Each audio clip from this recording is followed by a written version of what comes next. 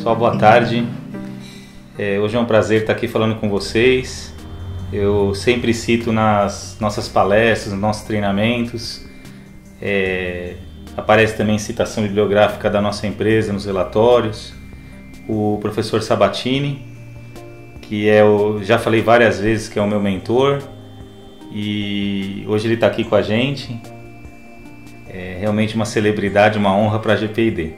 Sabe que a GPID, muita gente até pergunta qual que é o nome, o que significa, né? Uma das coisas foi uma homenagem, né? Que PID é uma sigla bem conhecida, que é Pesquisa e Desenvolvimento. A gente colocou o G na frente, que é grupo. Que seria o quê? Eu abri a empresa em sociedade com a minha esposa Valéria, e grupo para a gente aproveitar o conhecimento dos outros, né? De várias áreas. E o Sabatini sempre esteve aí com a gente, né? Sempre apostou aí no nosso trabalho também. A gente tem envolvimento profissional e acadêmico.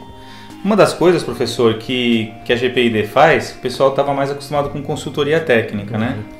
Essa parte de trabalhar com inovação, tanto de produtos quanto a gente chama aqui de produtos e serviços, assim, ou um material, ou até uma técnica construtiva, como o senhor sempre falou, né? Mas já que o senhor está aqui, a gente queria ver um pouco, assim, da sua opinião da inovação na construção civil em geral, assim, onde a gente pode apostar nisso, qual que é o ganho que as empresas têm, né? Bem, na verdade, inovação é uma palavra que está em voga, né? Sempre esteve em voga, né? Porque as empresas, para se manterem competitivas no mercado, elas têm que estar permanentemente inovando, tá? Existe uma ideia errada, né, de que uma inovação precisa ser alguma coisa que revoluciona, né, que mude a forma como a gente fazia, né? Mas isso na realidade, né, a quase totalidade das inovações são inovações que a gente chama incrementais, né? São inovações, pequenas mudanças, né, que vão trazendo ganhos sucessivos, né? Mas inovar para quê, né? Eu tenho que justamente, né, entender por que eu preciso inovar. As empresas, sejam elas quais são, e nós atuamos no mercado da construção civil, as empresas desse mercado, elas precisam se manter competitivas no mercado. Então funcionaria bem se ninguém inovasse e todo mundo faz o que já sabe, né? O problema é que surgem todos os dias novos desafios, surgem, né, concepções diferentes, né, de edifícios, surgem limitações, né, das cidades que estão crescendo caoticamente. Então colocam limitações e eu preciso continuar competitivo nesse mercado. Eu tenho limitações na construção civil grandes quando eu encaro que a quase totalidade da nossa produção é feita pela mão de operários, tá? Eu não tenho máquinas que consigam substituir, né, o trabalho final do operário. Então, as inovações, elas têm que, para manter competitividade, tá? Também é um chavão, mas tem que aumentar a produtividade do processo. E, às vezes, uma ação em termos de gestão, tá, aumenta muito mais a produtividade do que, né, simplesmente eu desenvolver um método que usa um equipamento eletromecânico e que dá um ganhozinho. O ganho que eu poderia ter com projeto de produção, por exemplo, é muitas vezes maior do que aquele ganho. Uma das coisas, então, que o senhor tocou no assunto, que não é comum, além da dificuldade que a gente tem sentido de grandes empresas mesmo não ter nem no planejamento dela uma verba orçamentária para inovação, né, que é uma coisa até comum em outros setores. E, além disso, uma dificuldade, né, de entender essa necessidade, né, de sobrevivência, vamos dizer assim, né? E o senhor tocou no assunto, projetos para produção. Em alguns estados que a gente tem atuado, nem existe o conhecimento de um projeto, né? Então, hoje a gente está trabalhando com projetos para produção também, alguns específicos que tem poucos profissionais, então você pega o caso de contrapiso, o pessoal às vezes não dá valor, né? E é uma coisa que pesa muito na obra, né? Além de custar muito caro, dá muita manifestação patológica. Temos projeto de execução de fachada, projeto de impermeabilização, mas eu achava legal também você tocar nesse ponto do projeto para a produção, que o pessoal às vezes não entende nem o valor disso, né? Bem, realmente eu concordo com você que boa parte, né, das empresas que estão no setor e dos profissionais não sabe o que é isso. Mas é muito simples, né? Tá todo mundo cansado de saber que se você sai fazendo, você não vai fazer da melhor forma. Você tem que pensar antes o que você vai fazer. E projeto, se você for lá no dicionário, você vai ver, né, que uma das definições é pensar antes, né? Então, projeto de produção é pensar antes a produção. Aí a gente ouve, né, vai conversar com o diretor de uma empresa e fala, não, mas a gente já faz projetos, temos um projeto de estrutura, temos um projeto de instalações, temos projeto de arquitetura, tá? E aí eu pego e falo, olha esses projetos, algum deles diz como deve ser produzido, eles são projetos do produto pronto. Concepção, né, que a gente fala. São projetos conceituais, de concepção, tá? E ele então eu quero, na estrutura, eu tenho o projeto da estrutura pronta, vigas, pilares, laje, a forma que ele vai ser, lajes, exatamente. Agora, como produzir? Aí eu pego, contrato o empreiteiro e jogo a responsabilidade dele. Ou seja, você na sua empresa, e você precisa ser competitivo. E, como eu disse na pergunta anterior, né? Ou seja, a gestão tem um peso muito maior, né? Eu vou entregar para alguém construir sem ter definido como ele vai fazer do jeito que ele sabe, né? E do jeito que ele sabe é o jeito que todas fazem. Então, primeiro que você não vai inovar coisa nenhuma. Mas principalmente você deixa as decisões que são fundamentais para a sobrevivência do seu negócio, são fundamentais para o seu sucesso nesse mercado, na mão do último elemento da cadeia de produção. É como se uma indústria automobilística, o cara que está lá apertando a porca do motor, ele tomar a decisão que força que ele vai dar, tá? Ou seja, depois você põe o motor para funcionar e ele explode, tá? Ou seja, é assim que a construção civil trabalha. Um índice que é muito difícil de você determinar é quantas decisões são tomadas dentro do canteiro em relação à tomada de decisões. Se você vai construir um prédio, né, só com os projetos conceituais, você tomou menos de 1% das decisões.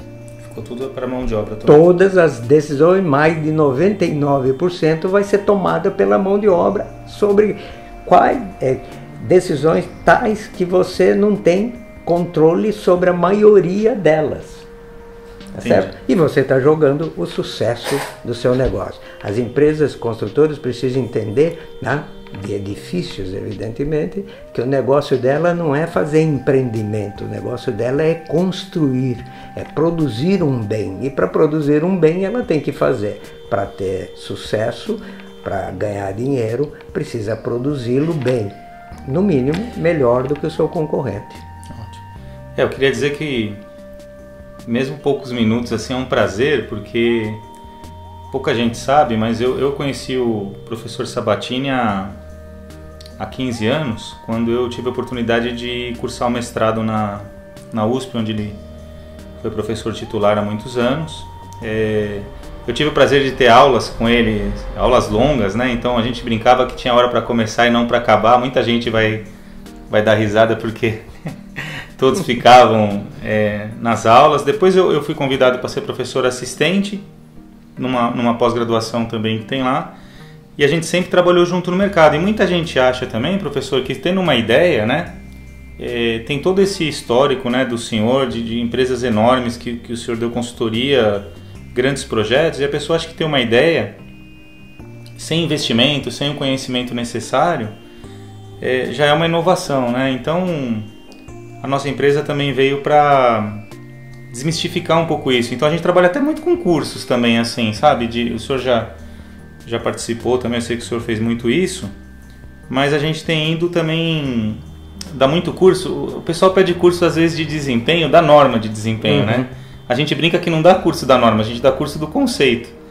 E esses termos que o senhor está falando agora, eu lembro que teve um que me marcou muito, que é a abordagem sistêmica, é que não adianta você desenvolver nada sem pensar no todo, né? E a gente fala isso muito nos cursos, né? Então é um prazer aí estar com você, espero que mais vezes o senhor venha conversar com a gente também, viu? Não, né? Vai ser sempre um prazer, né?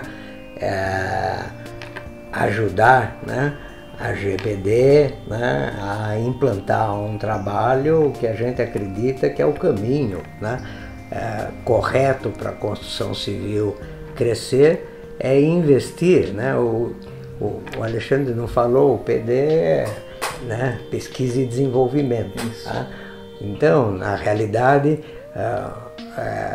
pesquisa e desenvolvimento está por trás de todas as inovações do mundo. Alguém tem uma ideia e depois, para transformar essa ideia em algo, né, comercializável, algo que traga, por exemplo, a maior produtividade ou um melhor desempenho, né, eu preciso passar por um processo, né, que a gente chama simplificadamente de pesquisa e desenvolvimento. Uma pesquisa inicial para levantar, né, as características que deve ter, as limitações que eu vou enfrentar, e desenvolvimento quem faz é a engenharia, né? Então, pesquisa são pesquisadores em diversos níveis, mas tem que trabalhar integrado, né? Não tem nada a ver com pesquisa pura que existe para fazer avançar o conhecimento. É um científico, pesquisa, né? E desenvolvimento é pesquisa aplicada, é para desenvolver algo útil para a sociedade, para desenvolver novos produtos. Então, a GPD se propõe, né, a fazer isso. E eu fico muito contente, né, que você é um dos meus discípulos prediletos, né? Saiu de uma grande empresa onde era gerente há mais de 10 anos em desenvolvimento tecnológico, e essa empresa, né, os que estão no mercado e conhecem, né, sabem que ela cresceu também muito por conta dessa pesquisa e desenvolvimento que ela sempre manteve por mais de 20 anos, desde que eu comecei a dar consultoria para ela. Tá? Você saiu, né, de um emprego, né, que te dava, né, retorno do ponto de vista de satisfação em estar contribuindo, né, mas também de segurança, etc., para entrar no mercado e levar esse conhecimento para uma quantidade muito maior de empresas e contribuir, né, para que efetivamente o nosso setor e a sociedade brasileira evoluem. Então, meus parabéns, e é uma satisfação estar aqui falando com vocês. Obrigado. Esse momento aí especial, o professor Sabatini realmente, quem teve a oportunidade de ter aula com ele, hoje o professor não está mais dando aula, está aposentado, mas sempre está com a gente, dando as opiniões, participando de eventos. É um privilégio para a GPID ter você aí. Qualquer opinião sua sempre é muito bem-vinda, e a gente segue muito o que o senhor sempre ensinou nas aulas, e tem até o brinco, né, que o professor, a tese de doutorado dele, se as pessoas lessem, né, a tese de doutorado, não precisava ter tanto livro às vezes de inovação, né, e foi publicado em 89, né, professor? 89. E muita empresa deixaria de errar se seguisse pequenos conceitos que tem na tese, como abordagem sistêmica, pesquisa e desenvolvimento, e a própria metodologia de desenvolvimento em si. A gente brinca na GPID que a gente faz uma uma unha da tese do professor e já está alcançando resultados. Assim, tem alguns produtos no mercado que a gente teve o prazer de contribuir, né, com pequenas ações e com sucesso, porque algumas manifestações patológicas elas são cíclicas, né, elas voltam, né? E investindo em conhecimento e em projeto, realmente a gente tem condição de melhorar esse quadro. Essa é a missão da GPID. Espero que vocês tenham gostado aí de conhecer o professor Sabatini, de aproveitar mais uma aula dele, e vamos estar de volta aí com outros profissionais e outras ações que a GPID faz no mercado, com a apresentação de projetos, estudos aí, que é nossa missão na engenharia. Muito obrigado. Muito obrigado.